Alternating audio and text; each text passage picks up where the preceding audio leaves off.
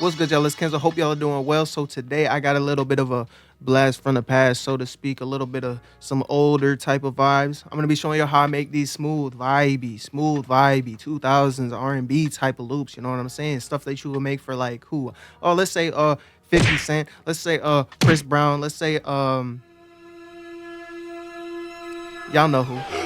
So before we get started today, I want to let y'all know that I'm going to be back on this channel posting a lot more often, a lot more videos coming out, a lot of new content and all that, you know. I made that promise, what, 3 months ago? It wasn't that long since I haven't uploaded to the channel, but I'm going to be posting a lot more often nowadays. So be ready for that. Make sure y'all lock in, subscribe, and, you know, let me know what y'all think about this video too. Let's not waste any more time. Let's get straight into the video right now. So we here in Ableton Live right now. I got a little bit of a presentation for y'all right here on this Microsoft Excel spreadsheet. You know what I'm saying? I could put that on my resume that I'm good with Microsoft Excel. Stop playing. So let me go ahead and show y'all this reference track that my homeboy sent me.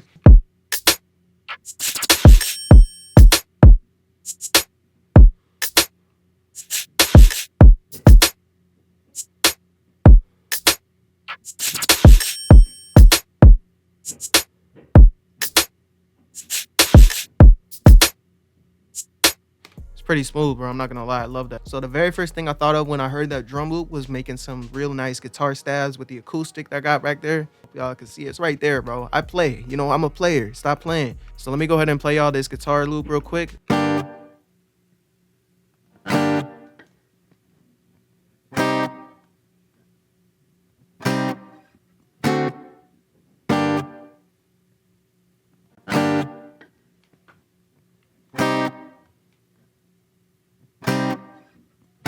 And that was the very first thing that I added. I was thinking of the chord progression too. The chord progression is pretty simple. It just starts on the G, moves down to the C, and then up to the B7, you know. So it's pretty simple. The effects that I put on there was some compression to make it sound more even, a little bit of EQ, take out that low end, and then also I added just a small bit of reverb, not too much, just a teeny bit, so it doesn't sound completely flat, you know what I mean? And the next thing I was thinking about adding was this little guitar melody on top of that, those little guitar stabs right there. Let me go ahead and play that. It's the same effects, really. Compression, EQ, and this one I did a little bit different. I didn't want any reverb on it. I just wanted it to sound a little bit wider, you know what I mean? So that's what I did here. I took this S1 imager and I put it all the way up. So let me go ahead and play this for y'all real quick.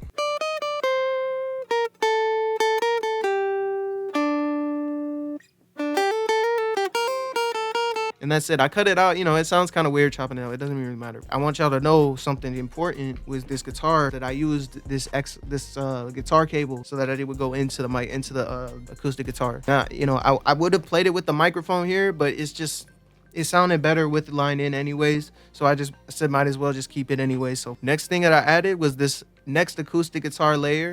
It's kind of the same effects, just a little bit different. Some compression. I made it wider here with the S1 imager. I also used Valhalla Vintage Verb here as well to make it a little bit of reverb. And then I also use this PS22, the spreader right here, to make the low end a little bit wider and the high end just a little bit more wide too. So let me go ahead and play this for y'all real quick. And right here.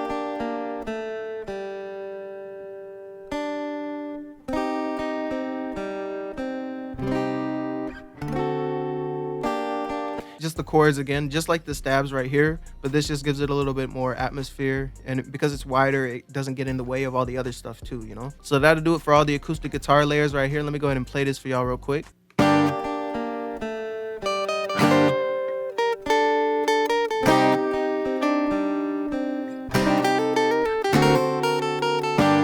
See, it all molds together really well because of the way you spread it, also the way the reverb is. You know, it just sounds really good together. That could have been it, you know, but I wanted to add some more to it. So this next thing that I added was also guitar, but it's an electric guitar, and it's just some palm muting stuff, you know. So let me go ahead and play that real quick too.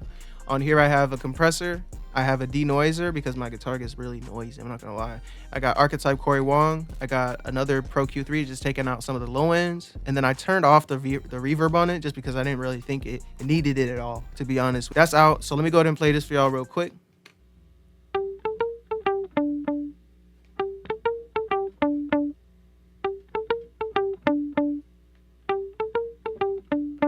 Now the next thing that I added were these strings right here. They're just sforzando strings. Yeah, I know what sforzando means. You know what I'm saying? I'm a music dude. You know, I'm Mr. Music. Stop playing. It's just some little stabs for the strings too. It's literally the same thing as this acoustic guitar, but it's just violins and stuff. You know what I'm saying? So let me go ahead and play this real quick.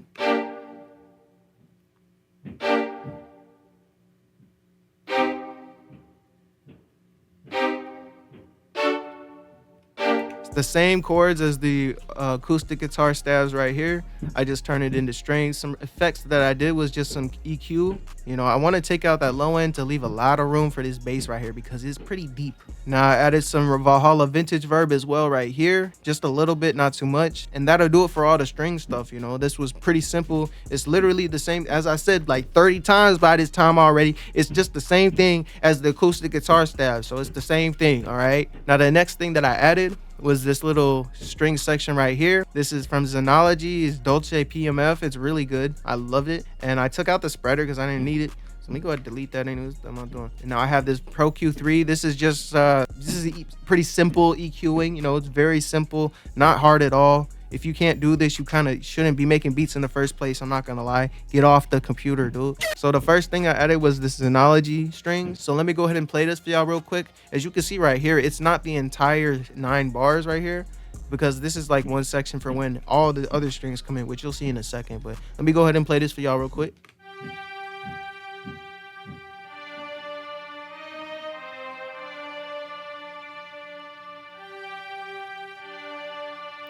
And you can see it's really, you can hear it, it's really out the way from the mix in general. You know, it's kind of in the background a little bit because I don't want it to overpower all the main ideas going on with the guitars and stuff too.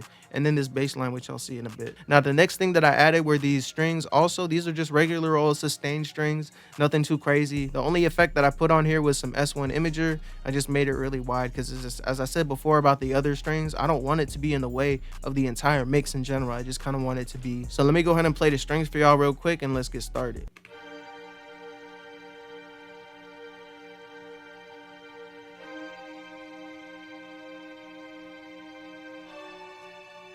And you can hear it, it's not regular notes. These are all you know, they're just shifted. They're inversions of chords. So this is an inversion of the G minor chord, C minor, and then D major 7 or D7. I don't know what it's called. So yeah, so these are just all inversions. Now the next thing I added were these SRX strings as well, but as you can see, they're renders already. So let me tell you what I did. It's super simple. Let me show you. So I just played the chord, I froze it, flattened it, and then I put the fade in like this. I took this fade in and I moved it in like that to make it kind of, you know, ease in. You'll hear why in a minute. Now the next thing that I'm going to show y'all are these little pizzicato strings right here. These are just like little runs in between the variations of the melody. So this is going to start on G, just octaves of G. It's got a little run right there to give it some room. You know, it's really simple. That's all it is, right? And in the second variation of it, we got this part. Same thing, very simple. And that's just descending from the G minor scale. So let's go ahead and show y'all no effects, nothing at all. I didn't need it. Had a little bit of room reverb on it anyways from the jump, so I'm fine with that. And now the very last thing that I added were these hip hop sub bass 5, this little bass line right here. It was very simple. It was super easy to make this. You don't need any effects, but if you want to edit it a bit, you can turn the glide up a bit. You can turn up the tone knob and it'll give it a little bit of distortion to make it kind of deep in the mix. So let me go ahead and play this bass line for y'all real quick. As you can see right here, it's a lot of like movement. You know, it's a lot of movement. It's important that you don't let the bass line be too busy in the parts where the other melodies are playing. But if you want to give it a little bit of spice, you can add a little bit of movement in the bass line just wherever the melody isn't really present, you know. So let me go ahead and play this for y'all real quick and you'll see what I mean.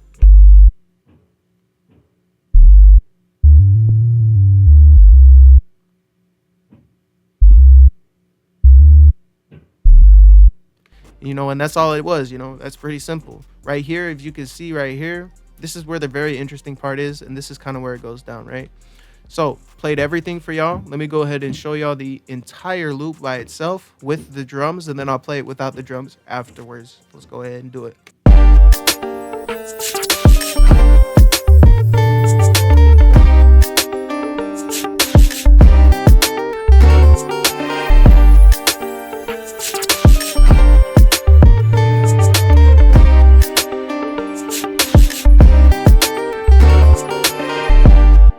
super simple and it sounded crazy, bro. This is the exact vibe that I was going for, you know. Some little accessory sounds that I added right here.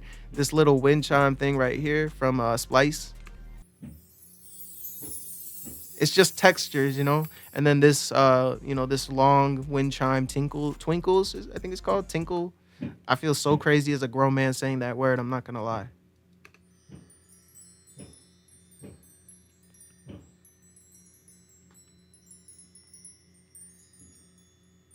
You know, just little twinkles and stuff in the middle of it, just in the background, you know, making it sound a little bit more textured than it is. And that's really all I did. After that, I arranged it, sent it over to my homeboy, B Squared Beats, and then he sent back a crazy beat, which I'm about to play for y'all right now. That's pretty much everything that I got for y'all today. I hope y'all enjoyed the video. Make sure y'all like, comment, and subscribe. Let me know what y'all think.